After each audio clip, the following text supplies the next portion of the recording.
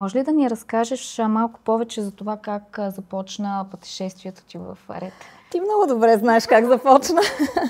Нашата среща си беше много съдбовна, мога да кажа, защото на едно друго място се срещнахме за първи път с теб. Нямахме уговорка за тази среща, но, както казах, съдбата ни срещна. И факта, че аз се преместих да живея тук, в района, в който се намира и вашето студио, е втората съдбовна наша среща, в която аз започнах посещенията си първо при теб. Мишето е най-добрата маникюристка. Никога не съм сядала при по-добра. Знам, че звучи клиширано, но това е истината. Както искате, го приемайте. От вече, може би, колко? 3-4 години? 4 години ще се виждаме станат, много редовно. Всеки месец, задължително. По няколко пъти. По няколко пъти. И ти сама знаеш какво ти казвам често, като идвам при теб, че винаги успявам да си почивам и релаксирам, когато сядам на твоя стол. Много се радваме, че е така.